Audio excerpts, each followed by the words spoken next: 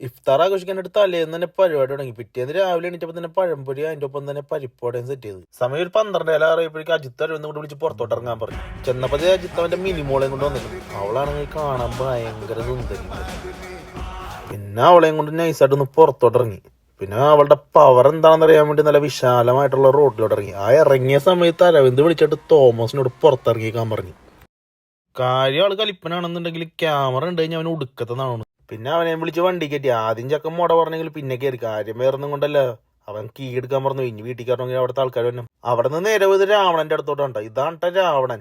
ഞാൻ ക്യാമറ ഓണാക്കി കഴിഞ്ഞപ്പോഴേക്കും തോമസിന് പിന്നെയും നടന്നു. ഇവൻ വലിയ നാണക്കാരനായി മാറിയിരുന്നു. പിന്നെ രാവണനെ വണ്ടി കയറ്റാനായിട്ട് കൺവിൻസ് ചെയ്തു. രാവണനാണെങ്കിൽ ആദ്യം വന്നില്ല എന്ന് കുറച്ചൊക്കെ പറഞ്ഞെങ്കിലും പിന്നെ ആള് കൺവിൻസ് ആയിട്ട് അറിഞ്ഞിക്കണേൽ വേഗത്തിൽ രാവണൻ ചാടി വണ്ടി കയറി. അത് കഴിഞ്ഞപ്പോഴേക്കും അവന്മാരെന്നെ വട്ടോളുടെ അരിയത്തുകൊണ്ടൊന്ന് ഇറക്കി വിട്ടു. കാരണം എനിക്ക് വീട്ടിൽ പണിയുണ്ടല്ലോ. എന്നിട്ട് ഞാൻ വഴിക്ക് ടാറ്റ കൊടുത്തു വിട്ടു. ടാറ്റാ.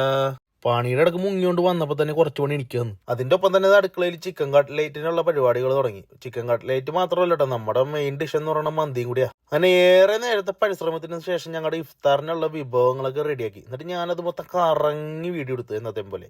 അങ്ങനെ വീഡിയോ എടുത്തു കഴിഞ്ഞത് എല്ലാരും ചാടിക്കേറി ചുറ്റിന് വീഴുന്നു.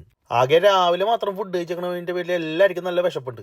ഞാനാണെന്നുണ്ട് പഴംപൊരിന്ന് പരിപാടി തുടങ്ങി. ഫുഡ് നല്ലോണം കുത്തിക്കയറ്റിക്കൊണ്ട് ഇര വിഴുങ്ങിയ പാമ്പിനെ പോലെ എന്റെ അവസ്ഥ. ഇരിക്കാനും പറ്റില്ല, നിൽക്കാനും പറ്റില്ല. അവസാനം ഞാൻ കിടന്നു. അപ്പൊ എല്ലാവർക്കും ഹാപ്പി ഇഫ്താർ.